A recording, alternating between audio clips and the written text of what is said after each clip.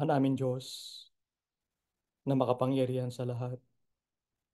Narito na kami, yung mga abang alipin, na sa anumang paraan ang nakita mo, isinama mo kami sa mga susunod sa iyo siling araw. Napakasama kami sa napakakaunting labi, sapagat marahil nakita mo sa aming puso na kami maninindigan sa panig mo. Susunod kami sa iyong mga utos at hindi utos ng mga tao. Kaya dumating na ang panahon, Panginoon, nagpakilala ka sa amin. Sinabi mo sa amin ang iyong pangalan. Kaya kapag hinahanap mo ang tunay na mananamba, narito na kami. Sinasamba namin ay iyong pangalan, ay iyong pangalang Yahuwah. Yahuwah ang aming tagapagligtas. Yahuwah na makapangyarihan Diyos na pumili po sa bawat sa amin. Purihin ka po ng aming kaluluwa. Sinasamba ka po namin ng aming mga puso sa pamamagitan ng aming mga pag-awit, sa pamamagitan ng aming pananalangin. Inaandugan ka po ng aming puso ng papuri na katamparan po sa iyong banal na pangalan. Narito kami, Ama, sapagkat naghahanap kami ng tulong mo.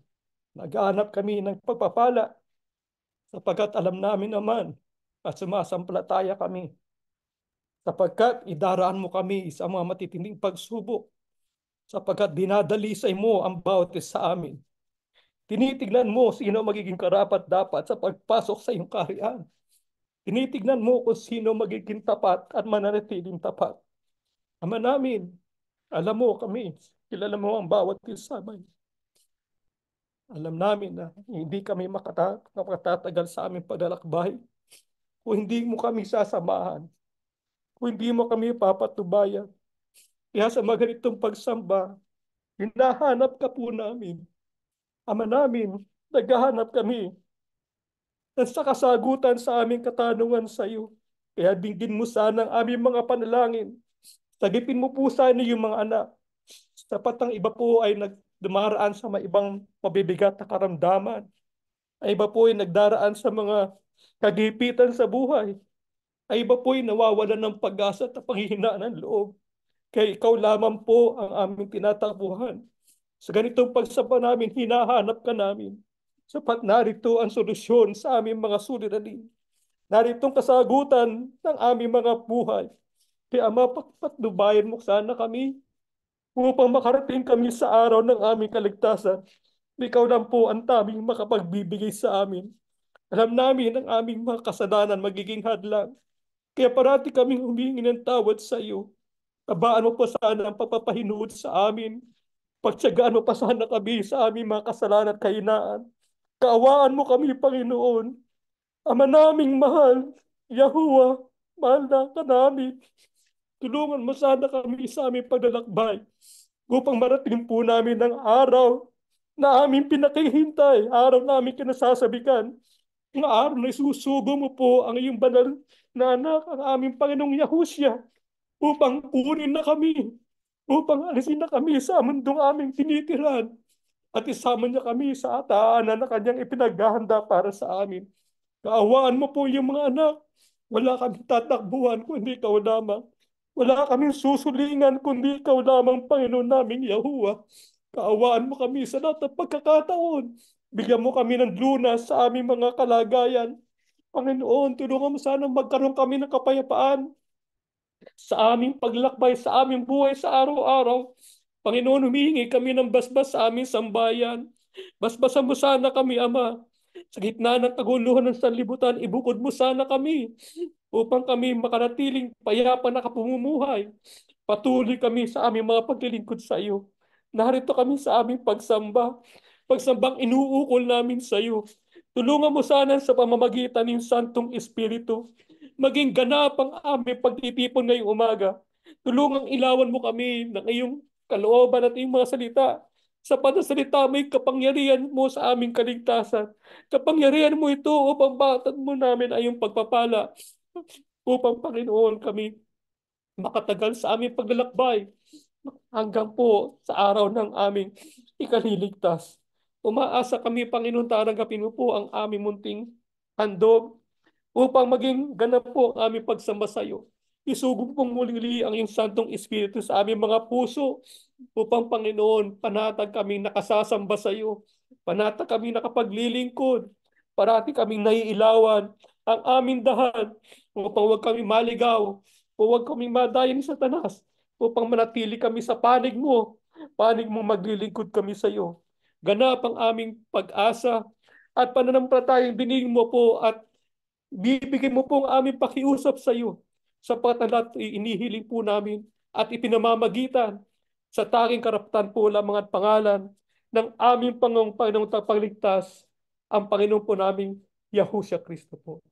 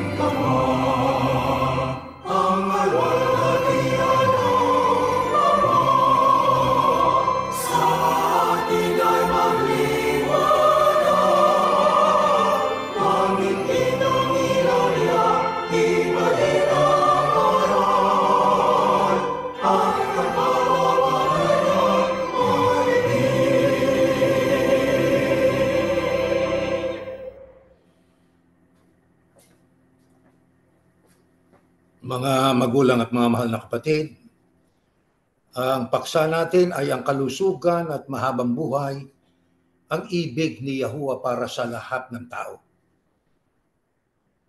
Ang issue tungkol po sa ating pong kalusugan at yung angkop na pangangatawan sa kanyang kabuuan ay hindi lamang isang teorya ito. Ito po ay ikangay aktual na kailangan natin gawin. Sapagkat ayon po sa ating pong alam na karaniwan, naobserbahan natin na sa panahon natin ngayon, ang isa sa lalong mabigat na problema ay ang tungkol sa kalusugan at yung angkop na pangangatawan, angkop sa edad at angkop sa kanyang kasyamaan, mas problema ngayon kaysa sa dati. Di ba? Kung pag-aaralan po nito, ikukumpara po ninyo. Sa panahon natin ay marami ang sabi nga ay nagkakaroon ng problema sa pagkain, mayroong mga tao na sumusobra sa paghahanap buhay, problema sa pagtulog, at yung hindi malusog na pagdidieta. Yung pagkain. At saka yung pong sumusobra sa timbang na ating dapat na nararapat sa ating edad at sa ating pong pagkatao. Alam niyo mga kapatid, kapag ating pong pinag-usapan itong tungkol sa ating kalusugan, ito po ay dapat na ating pahalagahan sapagkat ang Diyos po ang nagbigay ng katawang ito at ito ay dapat nating ituring na mahalaga at mahalaga na ang ating katawan ay malusog para tayo po ay maging malakas sa ating pagharap sa maraming hamon sa buhay na ito. Hindi lamang tayo ay naghahangad na magkaroon ng magandang kalusugan physically po, kundi kailangan din natin ito para tayo lalong makapaglingkod sa Panginoon Diyos. Sapagkat kung sakitin na tayo, hindi ho natin magagawa na ang kasiglahan ng paglilingkod sa Panginoon Diyos. Ang ating katawan ay hindi lamang ito koleksyon ng mga buto at mga kalamnan o kaya'y lamang loob. Ito po ay templo ng Panginoon Diyos, katulad po ng alam po natin. Kaya ang katawan natin, kung ito ay bigay ng Diyos, ito'y templo ng Panginoon Diyos, dapat nating ituring na ito ay banal, dapat nating ito'y ituring ng may paggalang. Huwag nating pabayaan ang katawang ito na bigay ng Diyos sa atin. Kailangan pangalagaan po natin ang ating katawan, hindi lamang ang ating katawan, kasabay nung pangangalaga sa katawan, pati na po ang ating emosyonal na pagkatao at mental na kalagayan. Ayon po sa banal na kasulatan, mga kapatid, paano po ikinonsidera ng Panginoon Diyos ang pagturing ng Diyos sa katawang ibinigay niya sa atin? First slide po, pakinggan natin. Ganito nakasulat. Hindi niyo ba alam na kayo'y templo ng Diyos? At ang Espiritu ng Diyos ay naninirahan sa inyo. Sino mang wawasak sa templo ng Diyos ay parurusahan niya. Dahil banal ang templo ng Diyos. At ang templong yon ay walang iba kundi kayo. Hindi ba't ang katawan ninyo ay templo ng banal na Espiritong nasa inyo at tinanggap ninyo mula sa Diyos? Kung ganon, ang katawan ninyo hindi sa inyo, kundi sa Diyos. Dahil tinubos kayo ng Diyos sa napakalaking halaga. Kaya gamitin ninyo ang inyong katawan na sa paraang ikapupuri ng Panginoon Diyos o ng Diyos. Mga kapatid, ayon po sa Biblia, paano ikinukonsidera ng Diyos ang katawang ito na bigay niya sa atin? Napakahalaga sa Diyos nito, mga kapatid. Ang sabi po yan ng Apostol Pablo, kayo ang templo ng Diyos. Kaya ang templo ng panahong una, dako na pinaghahandugan ng mga Israelita, dako na sila doon ay sumasamba sa Diyos, dako na doon tumatahan ang Diyos. Nang mawasak po ang ikalawang templo, ang sabi ng Diyos ng ating Panginoon Yahushua, ako ang templo, kayo na ang templo. Kaya ang mga followers ng ating Panginoong Yahushua ay templo ng Diyos. Kaya dapat natin itong ituring na sagrado, mga kapatid. Paano ito naging templo ng Diyos? Alam naman natin na ito po ay nilikha ng Diyos sa pamamagitan ng ating mga magulang. Umpisa kay Adan at kay Eva, ang Diyos ang lumalang sa tao. Di ho ba? Kung tayo ay followers na ng ating Panginoong Yahushua, anong dapat nating tandaan? Tayo templo na ng Diyos. Ano ibig sabihin? Hindi na tayo ang may-ari nito. Bakit? Sapagkat tinubos na tayo ng Diyos sa napakalaking halaga. Ang malaking halaga yon ay ang dugo ng kanyang bugtong na anak. Dahil sa pagtubo sa atin, hindi na tayo may-ari nito. Ang Diyos na may-ari nito, pangalagaan natin. Mga mahal na kapatid. Yan po ang hinahanap ng Ama sa lahat ng mga kay-Yahushua. Mga kapatid, ayon po sa Biblia, ano-anong bumubuo sa katawang ito? Katawan ba lang? Next slide po. Ganito nakasulat. Pakinggan po natin ito, mga kapatid. Pakabanalin kayo o nawa kayo ng lubos ng Diyos. Basahin natin uli. Pakabanalin nawa kayong lubos ng Diyos na siyang nagbibigay ng kapayapaan at naway panatilihin ninyong walang kapintasan ng buo ninyong pagkatao. Ano yung buong pagkatao ng tao? Ang espiritu, kaluluwa at katawan hanggang sa pagbabalik ng ating Panginoong Yahushua Kristo. Ano ho ang bumubuo sa pagkatao natin? 3. Ano po yan? Espiritu, yan po ang nagbibigay buhay. Kaluluwa, yan po ang ating nararamdaman. Kaya nga ang parurusahan ay yung kaluluwa. Di ba? Paanong parurusahan ang walang pakiramdam? Ang katawan, ito yung ating katawan. Sa makatwid, yan pong ating pong kabuuan na bumubuo sa tao, espiritu, kaluluwa at katawan, pahalagahan po natin yan. Di ba? Paano natin magagawa po yan? Ano ang dapat natin gawin para mamalaging malusog ang ating katawan? Pakinggan natin, next slide. Sa Genesis. Ito nakasulat, pagkatapos sinabi ng Diyos, ibinibigay ko sa inyo ang mga tanim na namumunga ng butil, pati ang mga punong kahoy na namumunga para inyong kainin. At ibinibigay ko sa lahat ng hayop ang lahat ng luntiang halaman bilang pagkain nila. At iyon nga ang nangyari. At pamahalaan ninyo ang lahat ng hayop. Ano po ang ibinigay ng Diyos sa taong kanyang nilalang para tayo po ay maging malusog? Maliwanag ang pahayag ng Biblia, tanim na namumunga ng butil, pati na mga punong kahoy na namumunga para sa inyo na maging pagkain. Ibinigay ng Diyos po yan. Ang totoo, bago nilikha ng Diyos ang tao, kung babalikan natin ang araw ng paglalang ng Diyos sa lahat, iginayak ng Diyos muna lahat ng kailangan ng mga tao. Di ho ba? Sa pinakahuling bahagi ng paglalang ng Panginoon Diyos, which is sa ika-6 na araw, nilalang ang tao. Pero bago lalangin ang tao, meron ng halaman, meron ng mga pananim na namumunga at punong kahoy na pwedeng kainin ng bunga. Di ba? Inuna ng Diyos ang pangangailangan natin. Ngayon, ayon po sa Biblia, anong purpose, layunin ng Diyos? Bakit niya ibinigay sa atin ang mga pagkain ito? Next slide po, 58:11. Ganito nakasulat. Palagi ko kayong papatnubayan at bubusugin. Kahit na mahirap ang kalagayan ninyo, palalakasin ko kayo at kayo magiging parang halamang sagana sa tubig at parang bukal na hindi nawawalan ng tubig. Ito yung referido sa bayan ng Diyos. Yan ang mga unang mga lingkod niya.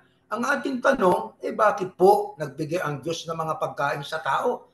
Ayun, para ang wika, busugin ng tao, kahit mahirap ang kalagayan, para palakasin kayo. O di ho ba? At kayo magiging parang halamang sagana sa tubig na at parang bukal na hindi nawawalan ng tubig. Sa makatwid, napakaganda ng purpose ng Diyos sa pagbibigay ng pagkain sa tao. Di po ba? Kaya ang layunin niya para mamalagi ho tayong malakas. Siyempre, paano ho tayo makapaglilingkod ng buong sigla kung hindi naman malakas ang ating pangangatawan? Paano natin magagampanan o sa isang bandang pisikal ang ating pamamahagi ng pananampalataya, pagdalaw sa ating mga kapatid kung ang ating katawan ay mahina? Kaya ang pagkain ibinigay ng Diyos sa ikalalakas po ng lahat ng tao na kanyang nilalang, lalo na sa kanyang mga lingkod. Noong panahong una, mga kapatid, ano ang ginawa ano po ang mababasa nating mga katunayan sa Biblia na mahalaga po ang pagkain ng nararapat sa mga pagkain ibinigay ng Diyos? Pakinggan natin sa Daniel, ganito nakasulat. Ito po. Naputo si Haring Nebukadnezar kay Aspinas, yung katiwala, pinuno ng mga tauhan niya na pumili sa mga bihag na Israelita ng ilang kabataang mula sa angkan ng mga hari at angkan ng mararangal na pamilya.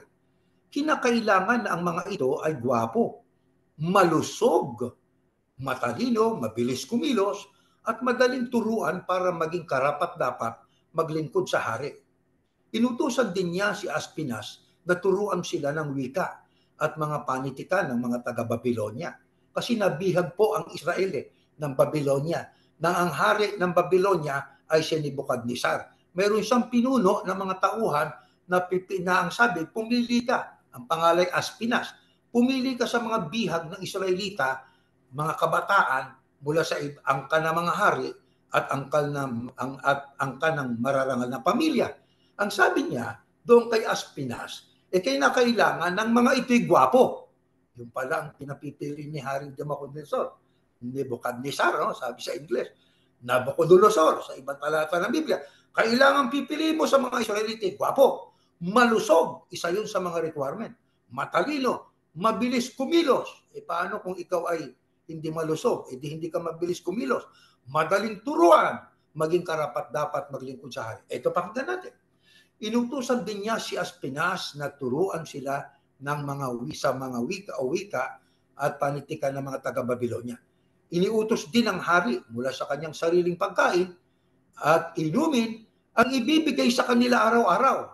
Tandaan natin, sabi ni Nebukadnezar kay Aspinas na pinuno sa tauhan niya, ang sabi niya, doon sa mga mapipili mo na mga batang mga Israelita, nasa kabataan pa, kailangan ng kanilang pagkain, yung gusto ko na kainin nila.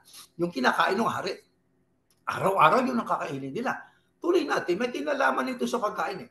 At pagkatapos ng 3 taong pagsasanay, na-train na sila, maglilingkod na sila sa kanya o sa haring Nebukadnezar. Kabilang sa mga napili ay sina Daniel, Hananiah, Mishael, at Azaria na pawang mula sa lahi ni Huda. Pinalitan ni Aspenas ang kanilang mga pangalan. Si Daniel ay pinangalan ng Belteshazzar. Si Hananiah ay Shadrach. Si Mishael ay Mesak. At si Azaria ay Abednego. Ito yung 3 Ebreo. Kasama si Daniel, pang-4. Basahin natin. 9. Niloob naman ng Diyos na siya'y kalugdan ni Aspenas. Pero sinabi ni Aspenas kay Daniel, natatakot ako sa hari. Siya ang pumili kung ano ang kakainin at iinumin ninyo. Nag-alala pati itong pinuno ng mga tauhan itong si Haring Nebukadnezar, Nabucodonosor. Bakit kanyo? Sapagkat ang sabi niya kay Daniel, kasi ang gusto niyang ipakain sa inyo at ipainom kung ano yung iniinom niya at kinakain. Tuloy natin. At kung makita niyang hindi kayo malusog, gaya ng ibang mga kabataan, baka ipapapatay niya ako. Kaya yun ang inaalaala nung pinuno ng tauhan itong si Nebukadnezar, si Aspenas. Ako yung nag-aalala kasi ang pakakain niya sa inyo, gusto niyang yung kinakain niya at saka iniinom din niya. Tuloy natin ang basa. Subukan nyo kaming, sabi ni Daniel, ito sagot niya, subukan nyo kaming, ito, tuloy natin sa 11 muna. Dahil dito, sinabi ni Daniel sa itinalaga ni Aspenas na mga ngalaga sa kanila, subukan nyo kaming pakainin lang ng gulay. Gulay, sabi ni Daniel, at painumin ng tubig sa loob ng 10 araw. Pagkatapos, ihahambing ninyo kami sa mga kabataang kumakain ng pagkain ng hari. At tignan ninyo kung ano ang magiging resulta. At bahala na kayo kung ano ang gagawin ninyo sa amin. Pumayag naman ito at sinubukan nga sila sa loob ng 10 araw. Pagkatapos ng 10 araw, nakita ng tagapagbantay na mas malusog sila kaysa mga kabataang kumakain ng pagkain ng hari. Ano ating binasang ito? Panahon ni Daniel. Ang hari noon na bumihag sa kanila o sa Israel, sina Nabucodonosor. Diyan ay Nebukadnezar. Itong katiwala, inutusan niya. Maghanap ka dun sa mga bihag, malulusog na mga kabataan. Sanayin mo para maglingkod sa akin. Pero mayroon pong kondisyon. Ang ipakakain mo sa kanila, yung pagkain ko. Ang paiinom mo sa kanila, yung iniinom ko. Pagka hindi mo ginawa yan, ipapapatay kita. Ang sabi nitong si Aspenas kay Daniel, yan ho mangyayari sa akin pagka hindi ko pinatupad yung gusto ng hari na kung anong gusto niyang, kung ano yung iniinom niya at kinakain, yun ang ibibigay sa inyo. Nag-suggest itong si Daniel. Ano yung suggestion niya? Gusto niya maging vegetarian.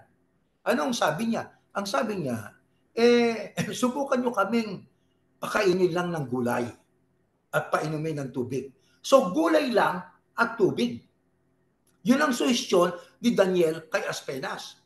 At tingnan mo kung ano ang at pagkatapos ng 10 araw, ikumpara mo kami sa mga kabataang kumain ng pagkain ng hari at iniinom ang inumin ng hari. Yun ang nangyari ho. At ano resulta?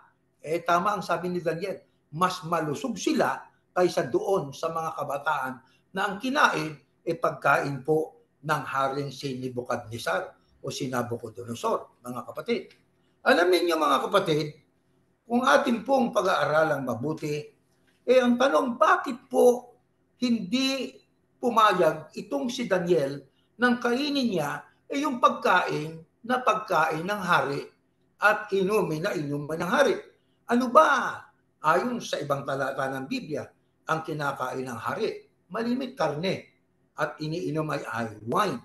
Di po ba? At alam natin na bago ang panahon ni Daniel, natuto na ho sila sa kautosang ibinigay ng Diyos kay Moises. Di ho ba?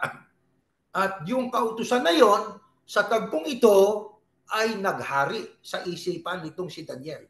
So, gumawa siya ng paraan na hindi mahahalata na ang kanyang binibigyan ng priority yung kautusan na itinuro nila noong panahon ni Moises. Natutunan ni Daniel yon. Kaya mas pinahalagahan niya ang pagsunod sa utos ng Panginoon Diyos tungkol sa pagkain na ibinigay sa mga Israelita kaysa doon sa mungkahi na gusto ng haring si Nabucodonosor. Pangalawa, mga kapatid, itong si Nabucodonosor, isang pagano ito eh. Basahin po ninyo ang Daniel 3:1, nagpagawa siya ng malaking rebulto eh.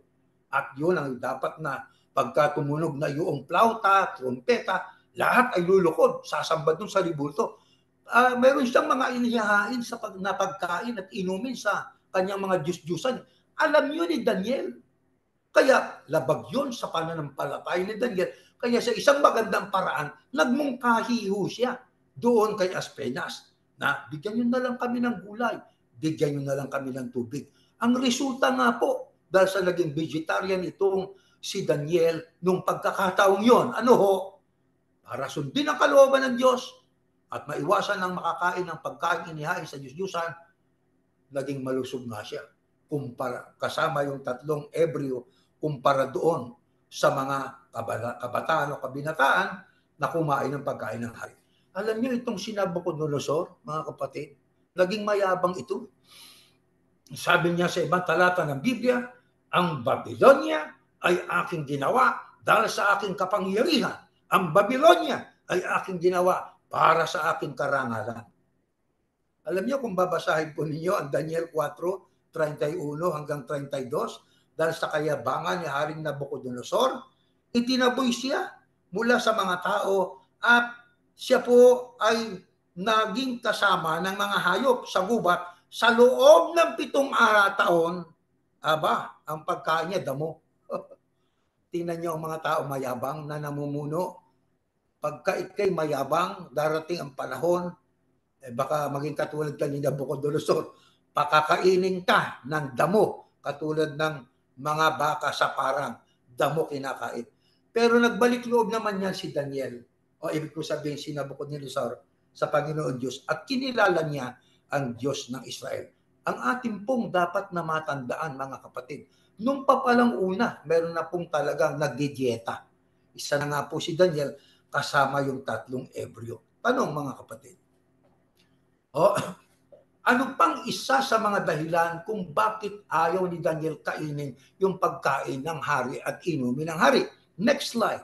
1:8, aklat din ng Daniel. Ito nakasulat. Pero ipinasya ni Daniel na hindi siya kakain ng pagkain ng hari o iinom ng kanyang inumin para hindi siya marumihan. Yung pang isang dahilan. Para wag siyang marumihan. Kaya nakiusap siya kay Aspenas na wag siyang bigyan ng pagkain at inumin yon. Iyon ang isa sa dahilan. Dagdag pa, ayaw niyang marumihan. Bakit nasabi niya yon? Next slide.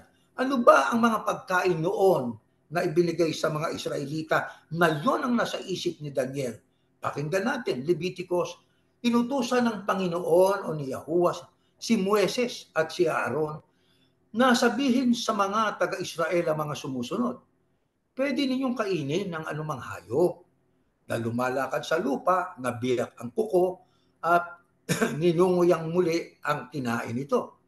Pero huwag ninyong kakainin ng mga hayop na ninunguyang muli ang kinain nito, pero hindi naman biyak ang mga kuko, katulad ng kamelyo at kuneho. Huwag din ninyong kainin ng mga baboy, dahil kahit biyak ang kuko nito, hindi naman ninunguyang muli ang kinain nito. Ituring ninyo na maruruming hayop ang mga ito. Huwag kayong kakain ng karne ng mga ito at uhihipo ng mga patay na hayop na ito. Pwede yung kainin ng mga isda sa dagat, ayun. Tubig, tabang, na may mga palitpik at kaliskis. Yan ang mga ibinigay na pagkain nun.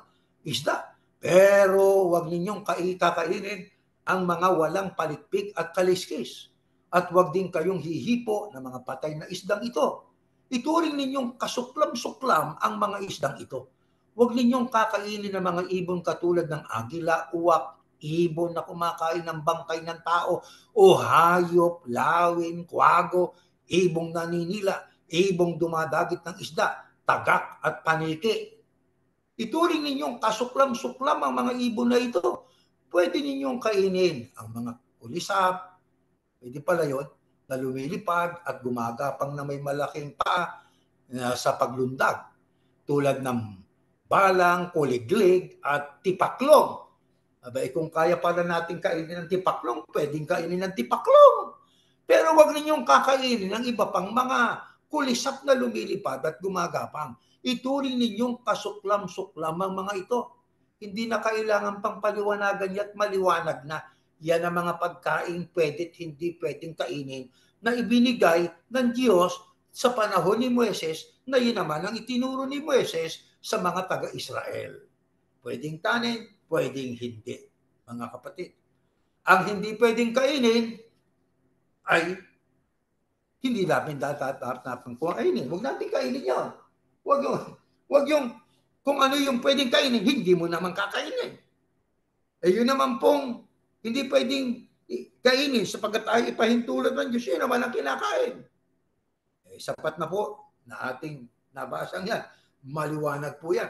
Pwede niyong basahin po yan sa inyong tahanan para maripaso. Ngayon, yan pong matandang kautusan na yan na naganap nung iutos ng Diyos kay Moises po, hanggang sa panahon ni Daniel, kaya ayaw niyang kumain ng karne. Yan ang pagkain ni Nabucodonosor. At saka yung wine, di ba, yung alak. Namalagi ho ba yun sa panahon natin hanggang ngayon, mga kapatid? Pakinggan natin, Aklat ng Mga Gawa. 19:15. Kinabukasan, nang malapit na sila sa bayan ng Hopa, umakyat si Pedro sa bubong ng bahay para manalangin.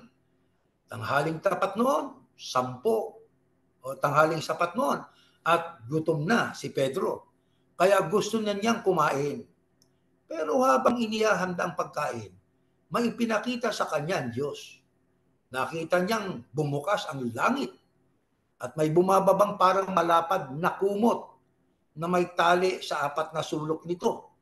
At kumot na ito, at sa kumot na ito, nakita niya ang lahat ng uri ng hayop.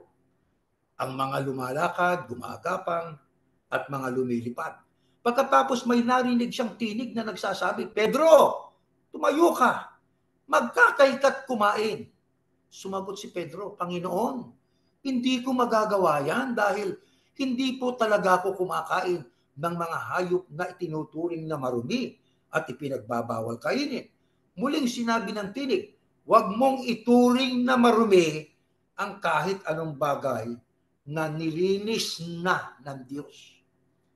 Yung bang kautusan na iniutos ng Diyos tungkol sa pagkain sa panahon ng Israelita, mga kapatid, nagpatuloy ba yan hanggang sa panahon natin? Tumigil na, itinigil na, nilinis na. Alam niyo si Pedro, kahit paano, inabot niya ang tradisyon ng mga Hudyo noon. Di ho ba? So alam niya yung mga kabawalan noon. Nung dumating ng panahon ng ating Panginoong Yahushua, dala-dala pa rin niya yung kaugalian yon, maging partikular pagdating sa pagkain. Ang kausap niya dyan ang Panginoon Diyos. Di ho ba? Ang sabi nga po sa pamamagitan ng ating binasang yan ang Diyos ang nagbibigay sa kanya ng mensahe. Gutom na itong si Pedro. Di ba? Ang gusto niya siyempre kumain. Pero habang inihahandang pagkain, may pinakita sa kanya ang Diyos. Ano yung pinakita ng Diyos? Nakita niyang bumukas ang langit at may bumababang parang malapad na kumot na may tali sa 4 na sulok nito. Sa 4 na kumot, lahat ng uri ng hayop na doon, gumagapang, lumalakad, lumilipad. Ang sabi ng tinig ay, Pedro, tumayo ka, magkatay ka at kumain. Ang sagot ni Pedro, talagang sinaunang sagot. Ang sabi niya, Panginoon, hindi ko magagawa yan. Dahil hindi po talaga ako kumakain ng mga hayop na itinuturing na marumi at ipinagbabawal kainin. Ang tinutukoy niya, panahon ni Moises na mga pagbabawal sa pagkain. Kaya muling sinabi ng Diyos. Tinig, muling sinabi ng tinig ng Diyos. Huwag mong ituring na marumi kahit anong bagay na nilinis na ng Diyos. Sa makatwid, nang dumating ang panahon ng Kristyanismo, ang pagkain ipinagbabawal noon sa panahon ng lumang tipan ay hindi na po pinaiiral. Yung Mosaic Law pagdating sa pagkain. Ano nangyari sa Mosaic Law? Next slide. Ganito nakasulat. Pakinggan natin, partikular, hindi lang sa mga sabat at kapistahan, pati na sa pagkain. Nang sabihin ng Diyos na may bago ng kasunduan, Messianic Covenant, panahon na ng ating Panginoong Yahusya. Ang Old Testament ay luma na yon. Anong sabi? Malinaw na pinawalang bisa na niya ang nauna. Ano ba yung nauna? Di yung luma. Ano yung bago? Panahon ng bagong tipan. Niluma na, pinawalang bisa na yung nauna. At ang anumang wala ng bisa at luma na ay mawawala na lamang. Obsolete na po yun mga kapatid. Ngayon, pagdating sa pagkain, ano po ang dapat nating isaalang-alang sa panahon natin? Huwag tayong kakain ng binigdi, yung hindi lumabas yung dugo. Pagkain ng dugo, na yan ang nakikita natin sa Pilipinas, o yung mga pagkain na para sa mga Diyos-Diyusan.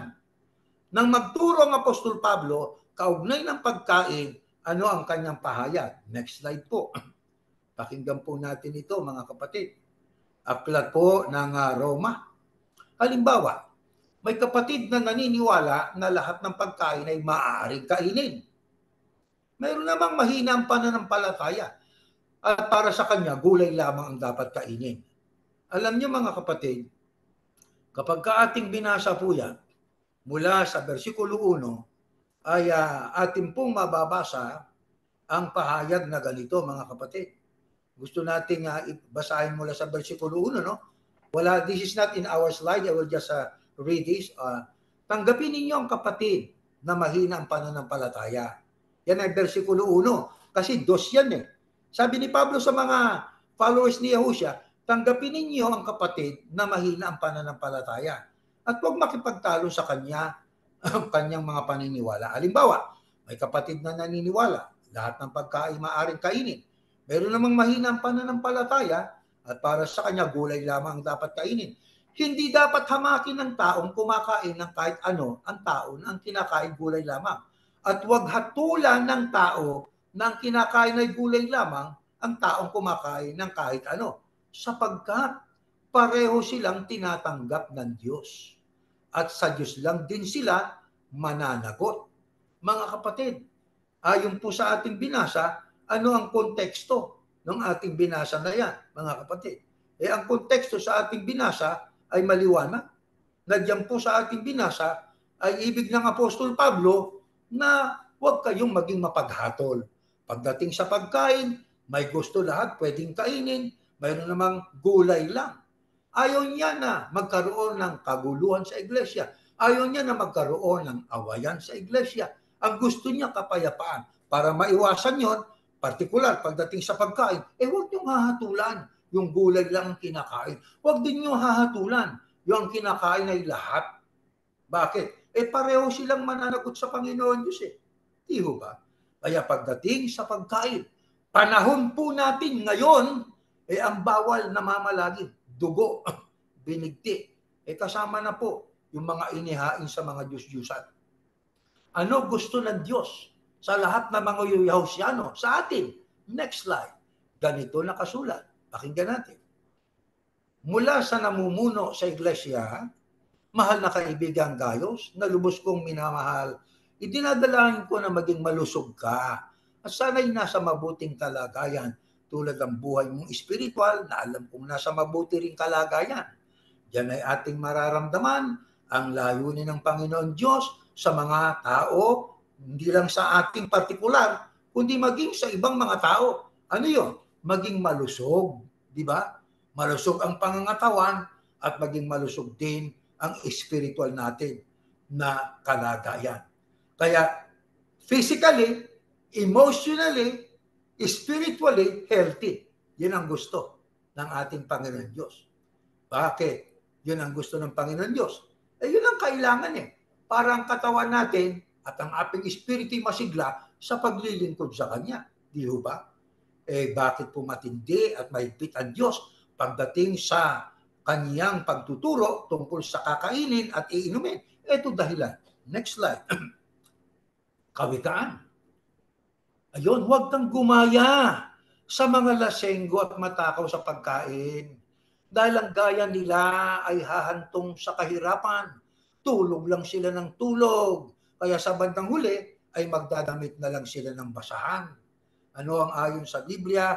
Ang dahilan bakit ang Diyos ay nagtuturo sa dapat kainin at hindi kainin ng mga tao, lalo ng mga anak niya. Kasi pagka tayo po ay gumaya sa ibang mga manginginom at mangangain, ang iba ang iniinom ay alak.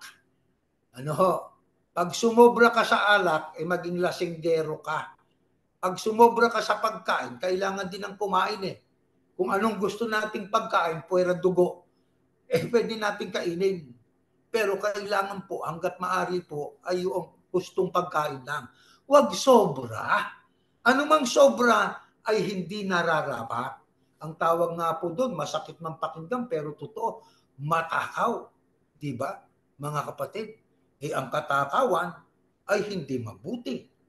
Kaya sa ating pong pagkonsumo ng pagkain, maging sa ating pag-inom, mga kapatid, dapat po ay in moderation lang. Yung tama lang po na hindi po makakaapekto sa ating pong kalusugan. Di ba, mga kapatid? Ang iba po ay natutong uminom, hindi yung masamang uminom ng konting wine. Di ba? Gamot yun, sabi ni Pablo Pero pagka sumobra ka, maging lasinggero ka. Magiging alcoholic ka. Di ba? Kapag kayo naging alcoholic, imbis na kape sa umaga, ang kanyang iniinom ay alak. Nako, hindi pwede po yun sa mga lingkod ng Panginoon Diyos. Di ba? At pagka sumobra naman tayo sa ating pagkain, mga kapatid, ayaw man natin gusto, lalaki, hahabok tayo. Ika nga ay sosobra tayo sa ating timbang na nararapat, mga kapatid. Kaya pag umiinom tayo, kaya sabi nga ng doktor, ilang glass ng water na kailangan ng katawan sa isang araw? 8 hanggang 10. Kung may diferensya ka sa kidney, mayroon ng limitation. Lalo kung mayroon kang nag-undergo ka sa dialysis na, limitado na ho ang tubig. Di ba? Maging pagkain, limitado na. Sabi nga, pwede kang kumain ng chicken breast, ganito lang kalaki. O di ba? Putulin mo sa maliliit na bahagi, isipin mong malaki yung kinain mo. Bakit? Pag sumobra ka doon, magpuproduce po ng mataas na creatinine. At pagka ikay pumunta sa doktor, sasabihin, ang kidney function mo ay mahina na. Di ba? Kaya lahat talaga ay may kinalaman talaga sa ating kalusugan. Huwag kainin, ito ang kainin. Huwag uminom ng sobra, huwag kumain ng sobra. O di ba, mga kapatid? Kaya ano kailangan? Balanced diet. Konti nito, konting tubig, at ano pang kailangan? Next slide. Ito pang kailangan natin. Hindi lang balanced diet. Sapagkat kung may mabuting na idudulot ang pagsasanay natin sa katawan, exercise, may mas mabuting maidudulot ang pagsasanay sa kabanalan sa lahat ng bagay. Hindi lang sa buhay na ito, kundi maging sa buhay na darating. Mga kapatid, bukod sa ating pagkain ng balanced diet na pagkain at tubig o anumang mga kailangan ng katawan natin para ito po ay mamalaging malakas at masigla. Ano pa kailangan? Ang sabi, sapagkat kung may mabuting na idudulot ang pagsasanay natin sa katawan, pag binasa natin sa Ingles, sa GNT, sabi rito, physical exercise have some value, but spiritual exercise is valuable in every way because it promises life both from the present and for the future. Sa makatuwid, ang physical exercise ay kailangan natin. Alam nyo, mga kapatid, tayo pag nasanay sa ehersisyo ay magiging malusog ang ating katawan. Ang sirkulasyon ng ating dugo, ang mga litid natin, ang mga arteries natin, ang ating puso ay magiging malusog sapagkat nag-i-ehersisyo. Parang sasakyan. Bumili ka ng sasakyan, in-stock mo lang doon sa garahe, ni hindi mo malang ini-start, baka pagkaraan ng ilang panahon, baka ayaw nang umi-start. Hindi ho ba? Kailangan kung hindi man natin ginagamit ang isang sasakyan natin, pinaandar natin yon para ang iba't ibang bahagi noong engine ay gumagana. Di ba? Kailangan gumagana. Ang ehersisyo, malaki na itutulong, nakakapagpababa ng blood pressure, nakakabawas ng sugar level natin. Totoo po yun. Di ba? So, from now on, it is never been, sabi nga, it is never too late for us. Di ba? To refrain from being lazy. Kailangan natin po mag-ehersisyo. Mag-push up tayo. Kung di natin kayang mag-push up na ang ating toes ang nasa dulo gaya ng dati, nakaluhod. Mag-stretching tayo. Inhale, exhale. Inom ng tubig sa umaga na maligamgam. Di ba? Bago matulog sa gabi. O minom ng malagamgam o kaya natin yung init na tubig para sa ating pong sugar level, sa ating blood pressure, at para din po sa ating kidney po yun. At nakakabuti rin yun sa ating pong prostate, mga kapatid. Ba't ko nasabi po yan? Nararanasan ko po yan Nararanasan ko yan. Kaya natuto na ako doon sa ating pong urologist. Diba? Doon sa ating mga doktor at sa ating PCP, sa ating mga doktor na provider. Kaya mahalaga po na pakinggan natin ang mga tinig ng ating mga doktor. Lalo yung mga seasoned doctor, may edad na, makaranasan na po sila Di ho ba? Kapakinggan po natin. Kaya yung mga doktor nga po kahit matanda na, nagagarden pa sila Bakit? Ehersisyo din po yun Di ba? Kaya wag nating katamaran na pumunta tayo sa mga lugar na doon tayo makakapaglakad. Masamyo natin ang sariwang hangin. Ang hangin na walang kasamang polusyon. Nakakatulong yan sa ating pong respiratory system, sa ating pong paghinga. Inhale, exhale. Maganda po yan pagka ating ginawa, mga kapatid. Bakit yun ang ibig ng Panginoon Diyos, mga mahal na kapatid? Bakit? Sapagkat yun ang ibig ng Diyos na para sa ating ikabubuti.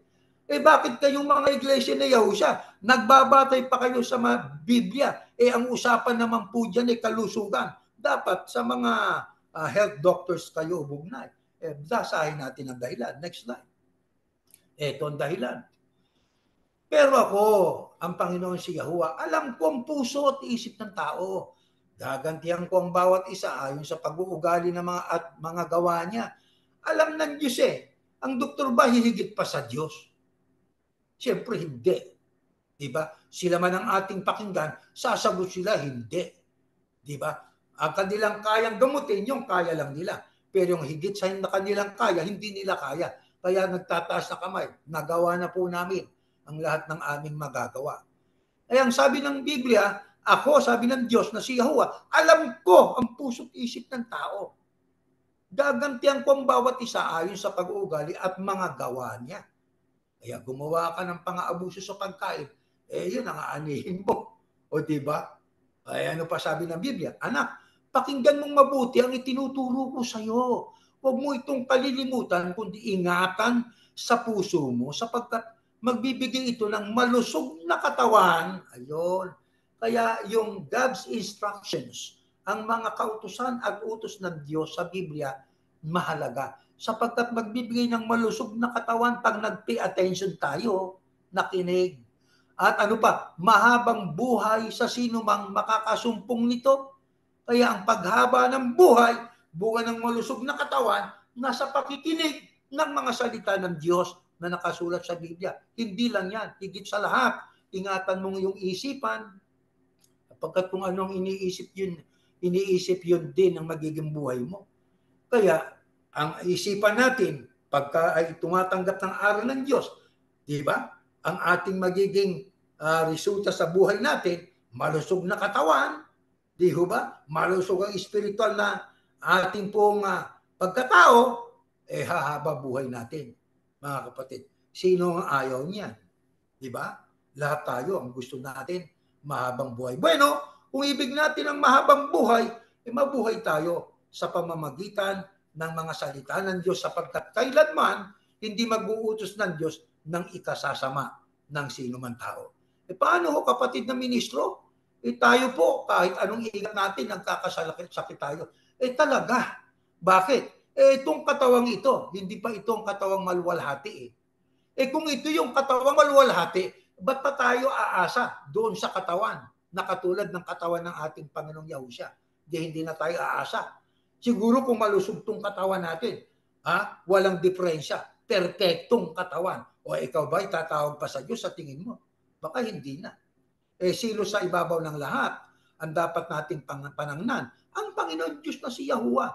Si Yahuwah po, kung tawagin ay Yahuwah Ropeka o Yahuwah Rafa, siyang ating healer. Siya po ang gumagamot sa ating mga karamdaman.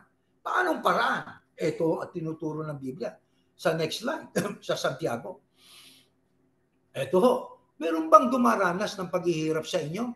Sa ibang salin ng Biblia ay meron bang may sakit sa inyo? Dapat siyang manalangin sa Diyos. Ayun ang ating dapat gawin. Ang pananalangin talaga, anuman ang mangyari, tanggapit hindi ng tao, napaka-importante po niyan.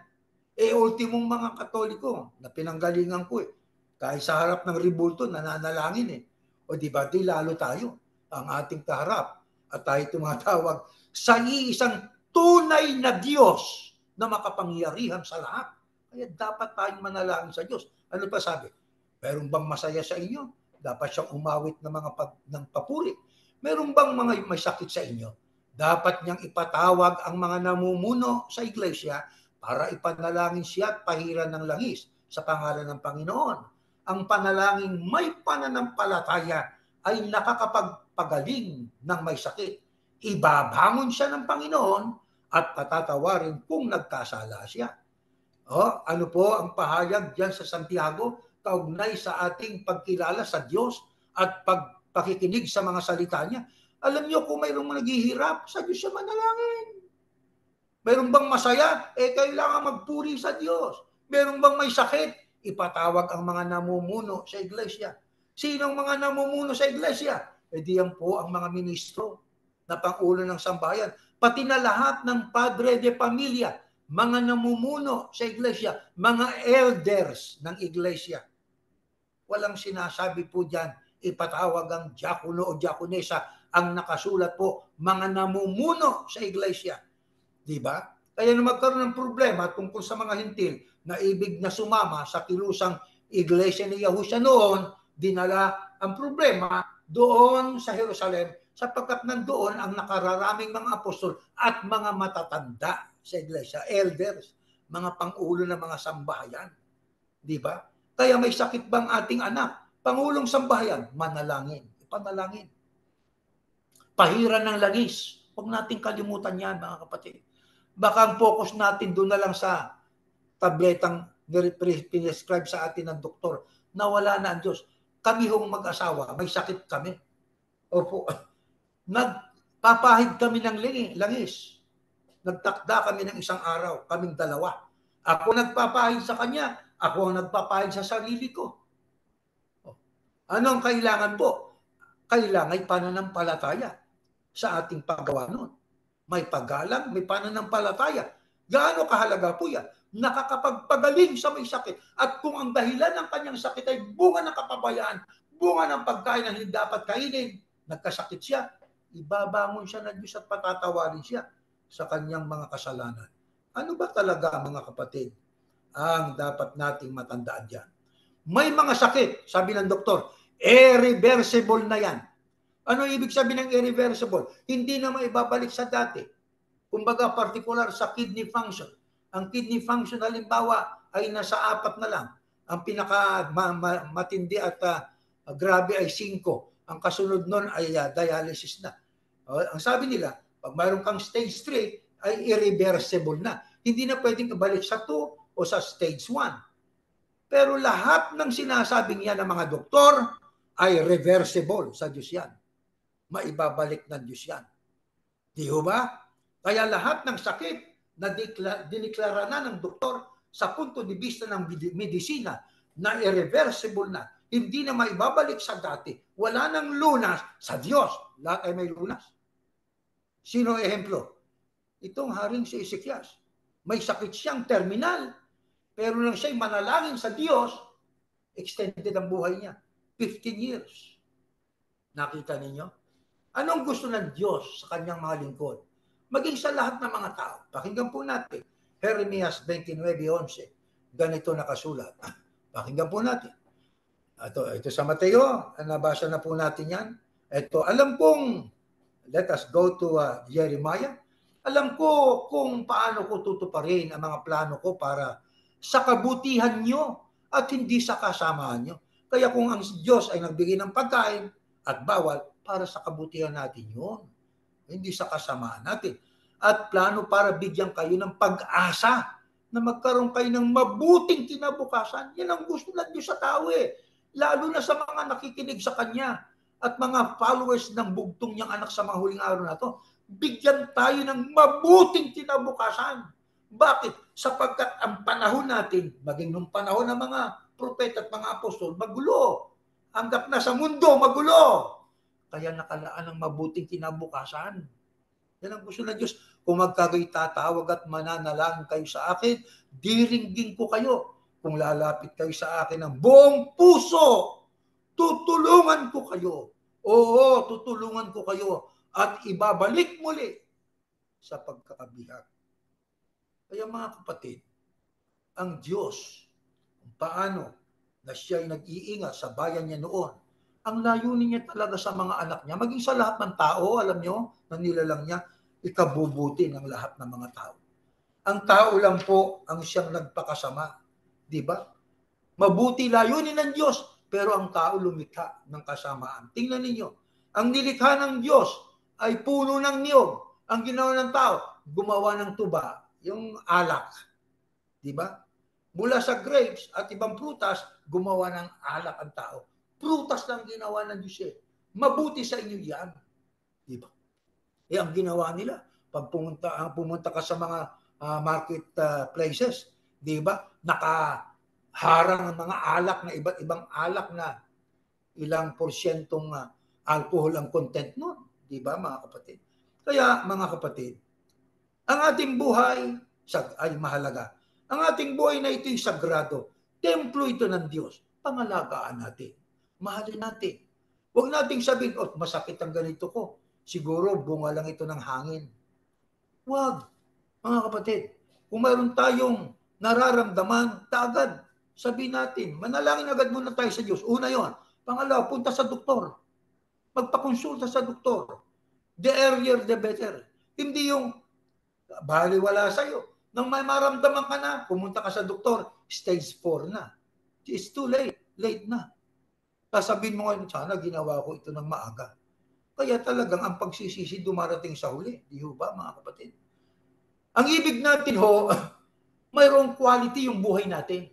Yung quality ng buhay natin ay maganda kumpara sa iba. Uri ng pamumuhay dapat ay mataas para maging malusog ang katawan natin, ang ating kaluluwa, at ang ating pong kabuuan, mga kapatid. Nagdidieta man o hindi, ano ang tinitiyak ng Biblia na mangyayari sa tao? Ito, pakinggan natin. Aklat ng mga ngaral. Ito nakasulat. May oras na nakatakda para sa lahat ng gawain dito sa mundo. May oras ng pagsilang at may oras ng kamatayan. May oras ng pagtatanim at may oras ng pag-aani. Ano man ang gawin natin, malusog man o hindi, nagdidieta man o hindi, pero mas maigi nagdidieta. Pero tanong, yung ba ang ating pong ginagawang yon ay pwede na tayong magpasya? Hindi ako mamamatay ng maaga? Aba, hindi pwede. Tandaan natin, may oras ng pagsilang, may oras din ng kamatayan. Kaya mayroong yun ang sabi ko sa inyo eh. Di ba? Naikwento ko na ito sa inyo. 2 nagka-COVID, nasa ospital. Nabasa ko ng kasagsagan ng COVID na yan. Isang 86 anyos na babae, mayroon po namang malusog na lalaki, 25 anyos, na pumupunta sa gym lagi, nag-ehersisyo, nagkapitan sila ng COVID, nabuhay yung 86 years old na matanda, namatay yung malusog na bata sa COVID. Ano ibig sabihin? Darating at darating ang kamatayan. Di ba, mga kapatid? Sino nagtakda niyan? Sa hubang sabi, sa simula pa'y itinakda niyo na kung gaano kahaba ang itatagal ng buhay ng isang tao at hindi siya lalampas sa itinakda niyong oras sa kanya. Sino nagtakda ng kamatayan? Ang nagtakda rin po ng lahat ng mga bagay. Lumalang ng lahat. Nagtakda na ikaisilang. Ang Diyos ang nagtakda. Alam niyo mga kapatid, simula pa, mayroon ng haba na itatagal ang buhay ng isang tao. Pero kung tayo po ay nagdidieta, nag-iingat sa ating sarili, nag-ehersisyo, tingnan niyo ang kaibahan. Halimbawa lang, ang isang tao ay nakatakdang mabuhay, itinakda ng Diyos, 80 years old. 80 years old siyang mamamatay. Aba, kain ng kain. Kung ano ang gusto niya kainin niya. Hindi nag-ehersisyo, tulog ng tulog. Edad 40 anyos, naratay na sa banig ng karamdaman. Anong quality ng buhay niya? Malungkot o masaya? Malungkot. Bakit? Mamamatay ka pa sa 80. Yan ang takda ng Diyos . Dahil sa kapabayaan mo, 40 years old pa lang, mahina na buhay mo, mahina na katawan mo. Nakaratay ka na hindi ka na makalakad. Kaya yung another 40 years, di ba? Tama ba yun? 40 plus 40 is 80, tama. Isa makapig, magtitiis ka ng 40 years bago pa dumabot doon sa itinakdang panahon ng Diyos na itatagal ng buhay mo. Gaano kahirap yun? 40 years na paghihirap. Pero kung nag-ehersisyo tayo, ginagawa natin yung pagdidieta, iniingatan natin ang sagradong katawang bigay ng Diyos na ito. Ang itinakda halimbawa ng Diyos na buhay natin ay 80. Malusog tayo. Hanggang sa dumating doon sa 80, namatay tayo. Bakit? Yun na hanggang doon ka lang . Masaya buhay mo, nag-enjoy ka. Hindi ka katulad nung hindi nag-ingat, naratay ng 40 years. Kaya mahalaga yung quality ng ating buhay, mga kapatid. Yan ang kailangan nating maisakatuparan. Hindi pa huli ang lahat, mga kapatid. Ano pa sabi ng Biblia? Sa aklat po ng Salmo, tungkol po sa ating buhay. Ito, sabi. Next slide. Pakinggan po natin ito, mga kapatid. Ayan. Ako'y tunay na nabahala. Sabi ni David. At sa kaisip ko'y lalo akong naguluhan. Kaya nang hindi ko na mapigilan, ay sinabi ko, Yahuwah, paalalahanan niyo ako na may katapusan at bilang na ang aking mga araw ng buhay ko sa mundo'y pansamantala lamang. Paalalahanan niyo akong sa mundo'y lilisan. May ikli o kaikli ng buhay na ibinigay niyo sa akin. Katumbas lang ng isang saglit para sa inyo. Ito'y parang hangin lamang na dumadaan. Yan pa sabi ni David sa kanyang Diyos na si Yahuwah tungkol sa kanyang sarili. Ang sabi niya, papaalalahanan niyo ako. Sabi niya kay Yahuwah, may katapusan at bilang ng aking mga araw ng buhay ko sa mundo'y pansamantala lamang. Paalalahanan niyo ako sa mundo'y lilisan. Kaikli ng buhay na ibinigay niyo sa akin. Katumbas lang ng isang saglit para sa inyo. Ito'y parang hangin lamang na dumadaan. Ganyan ang buhay natin. Kaya habang may buhay, mga kapatid, gawin po natin ang marapat na pagtrato sa ating katawan. Ingatan natin ito. Mahal ito ng Diyos. Dito tumatahan ang Diyos. Magagamit natin ito sa ating paglilingkod sa Ama. Ingatan po natin, mga mahal na kapatid. At lagi nating alalahanin, may mahangganan po, may katapusan ang ating buhay, mga kapatid. May itinakda din ang Diyos ayon po sa aklat po ng Salmo, sabi pa sa 139, next slide, ito pa sabi ni Haring David. Pakinggan po natin. Ang sabi niya, nakita niyo ang aking mga buto na ako'y lihim na hugisin sa loob ng sinapupunan ng aking ina. Sabi ni Haring David sa Diyos. Nakita na ng Diyos ang buo ang mga buto nang ako'y lihim na hugisin sa loob ng sinapupunan ng aking ina. Nakita niyo na ako, hindi pa man ako'y sinisilang. Ang itinakdang mga araw na ako'y mabubuhay ay nakasulat na sa aklat nyo bago pa man mangyari. Yan ang pahayag ni David. Haring si David. Ang sabi, nakita nyo na ako, hindi pa man ako isinisilang. Ang itinakdang mga araw na ako'y mabubuhay ay nakasulat na sa aklat nyo bago pa man mangyari. Kaya ang ating existence po, kalooban ng Diyos yan, siya nagtakda hanggang kailan tayo mabubuhay. Pero kung tayo po ay nabubuhay, na nag-iingat tayo sa ating kinakain, nag-i-ehersisyo tayo, hanggat maaari magkaroon tayo ng maraming oras ng pagtulog, magiging ang quality ng ating buhay ay magiging maganda. Mas tayo'y pakikinabangan ng Diyos. Mas nakakapaglingkod tayo sa ating Panginoon Diyos. Di po ba, mga kapatid? Anong isa sa mga aral ng Diyos na may pangako, na itong pangakong ito may kinalaman sa buhay natin? Next slide. Ganito po nakasulat. Aklat ng Efeso. Ating basahin. Next slide. Next slide. Eto. Mga anak, sundin nyo ang mga magulang nyo. Dahil ito ang nararapat gawin bilang mga mananampalataya sa Panginoon. Igalang nyo ang inyong ama't ina. Ito ang unang utos na may kasamang pangako. At ito ang pangako, giginhawa ka at hahaba ang buhay mo rito sa lupa. Ano ang isa sa utos ng Diyos na may kinalaman sa kaihahaba ng ating buhay? Mga kapatid, ang paggalang sa ating ama't ina. Alam ba niyo kung bakit? Sapagkat panglima yan sa utos ng Diyos na ibinigay kay Moises doon sa 10 utos para sa Israelita. Panglimang kautusan, igalang mo ang iyong ama't ina.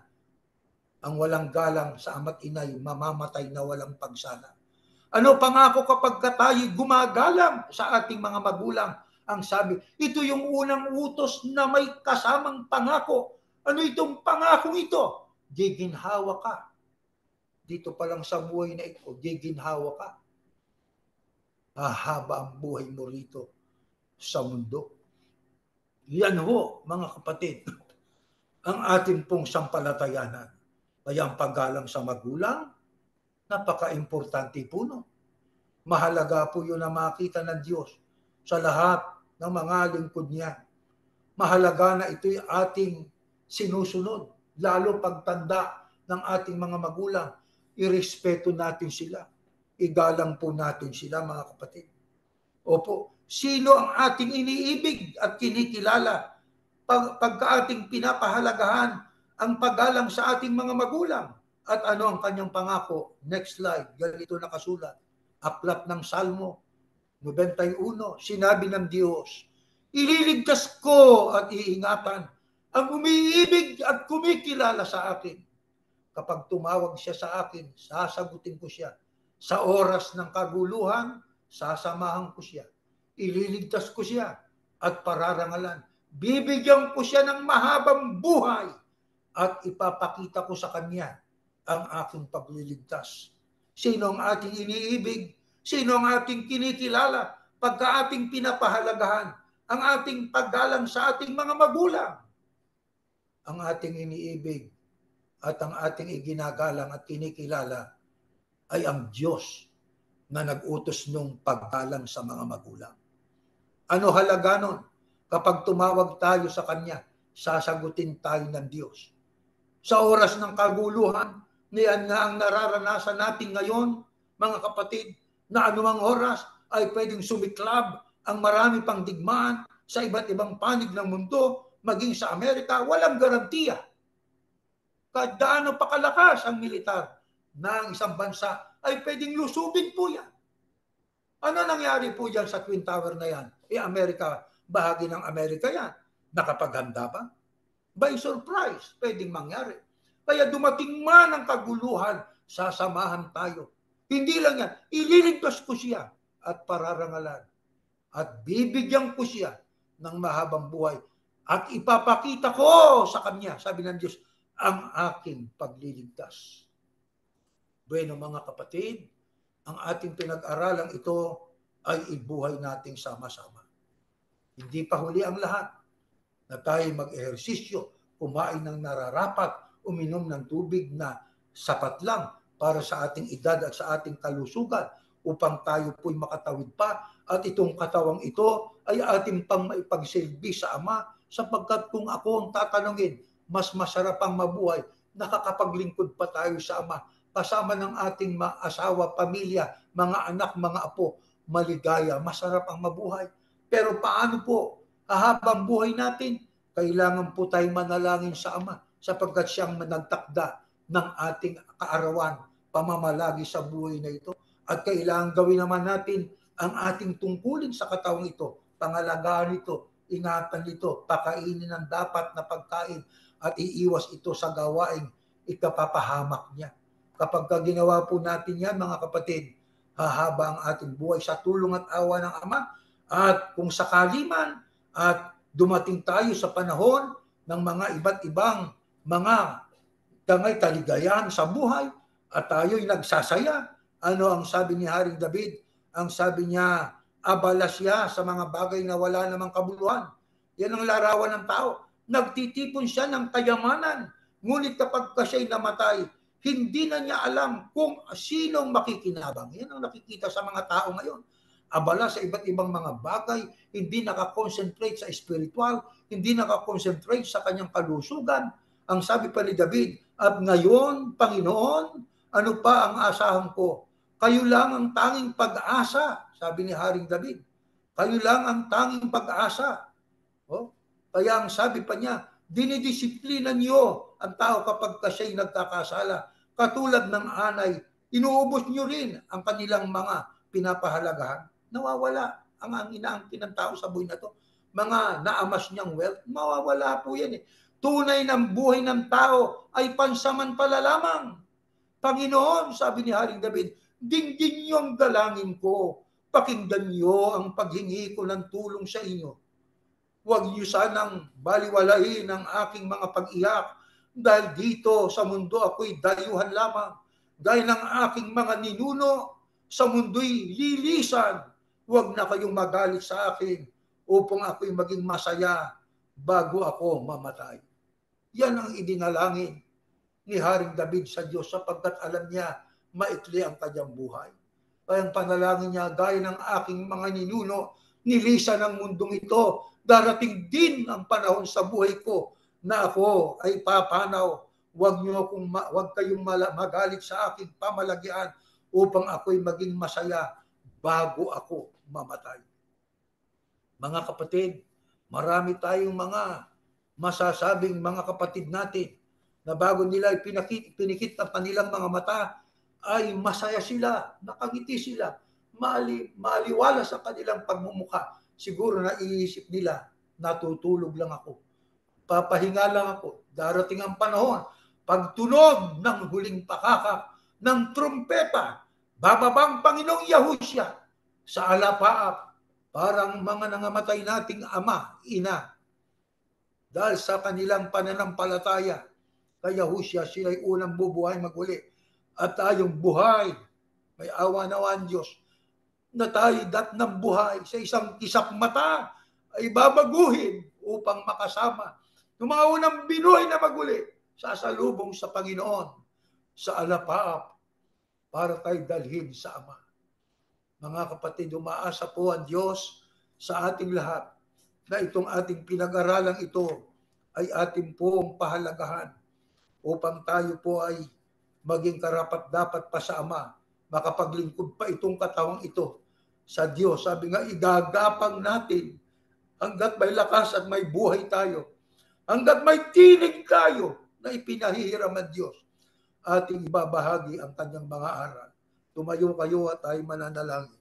Aman Diyos, salamat sa aral mo. Habang aming pinakikinggan, isa lang ang masasabi namin. Sa mga nagdaang panahon, naging pabaya kami. Kung ano-ano mga ginagawa namin na ito ay kahayagan na hindi namin iniingatan ang templong ito, ang katawang bigay mo sa amin. Ngunit hindi pa huli ang lahat. Gaya ng hangad mo sa lahat ng tao, lalo na sa mga anak mo. Ang ibig mo, dakilang Ama, ay kami ay maglingkod pa sa iyo. Ang ibig mo ay mabuhay kami na may kalidad ang aming pamumuhay. Malusog ang pangangatawan, malusog ang aming kaluluwa, at ang aming espiritu. Iniingatan namin ito. Kaya ang aming hiling sa iyo, Ama, kung kami lang, di namin kaya ito. Pwede ho ba, Ama, na sana samahan mo kami lagi sa aming mga pagdidesisyon.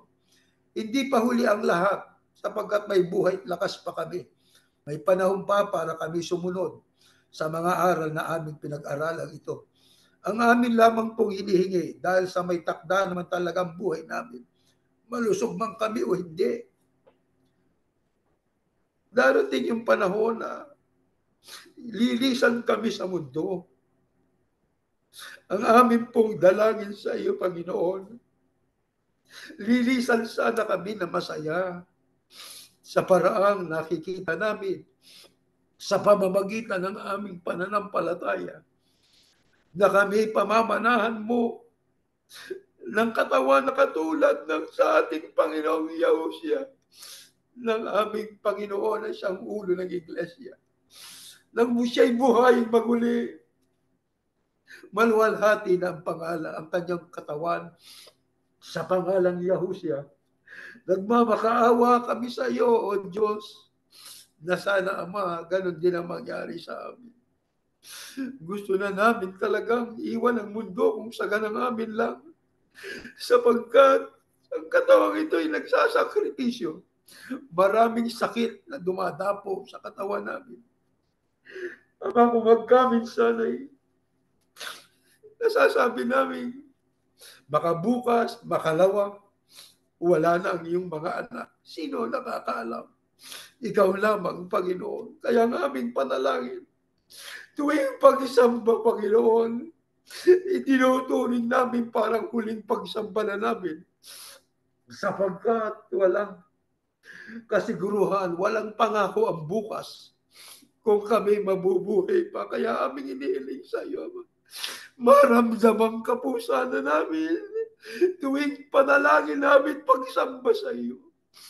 Upang sumaya kami, subigla ang aming buhay espiritual at kasaya na rin ang aming katawang lupa. Inaanyayahan ka palagi namin sa aming pong sambahayan. Ang mga anak namin, mga may sakit, Panginoon, sana pakibangon pa sila at loobin sana sa ibabaw ng lahat. Mamatay kaming tagasunod ni Yahushua. Maninindigan kami sa tama. Maninindigan kami sa panig mo at sa panig ng iyong katotohanan. Lubos ang aming pag-asa. Tinanggap mo ang aming panalangin. Sumasampalataya kaming pinatawad mo na kami.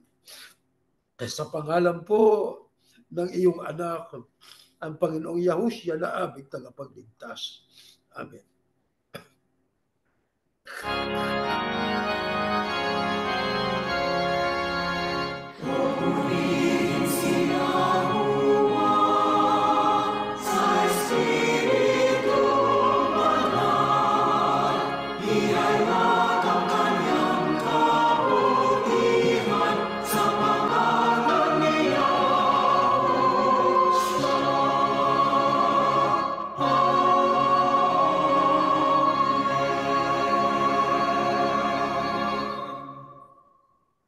Biyayang pagliligtas ng ating Panginoong Yahushua, ang pag-ibig ng Diyos na si Yahuwah, at ang patuloy na pagkikipisan ng Espiritu Santo, siya nawang sumaating lahat ngayon at magpakailanman. Amen.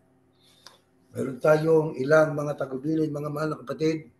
You can give your donations at www.ofirpa.com and offerings at churchofyahushua.org. At ang ating Lord's Supper will occur on April 22nd, anytime after the sun sets. Patuloy nating pinapanalangin ang buong sangkatauhan, leader ng mga bansa, kasama ng leader ng mga relihiyon, at nawa kaawaan tayo ng Diyos. Ano man ang mangyari, mga kapatid, ay tayo ay sa panig ng Diyos. Hanggang dyan na tayo po'y natatapos, mga kapatid.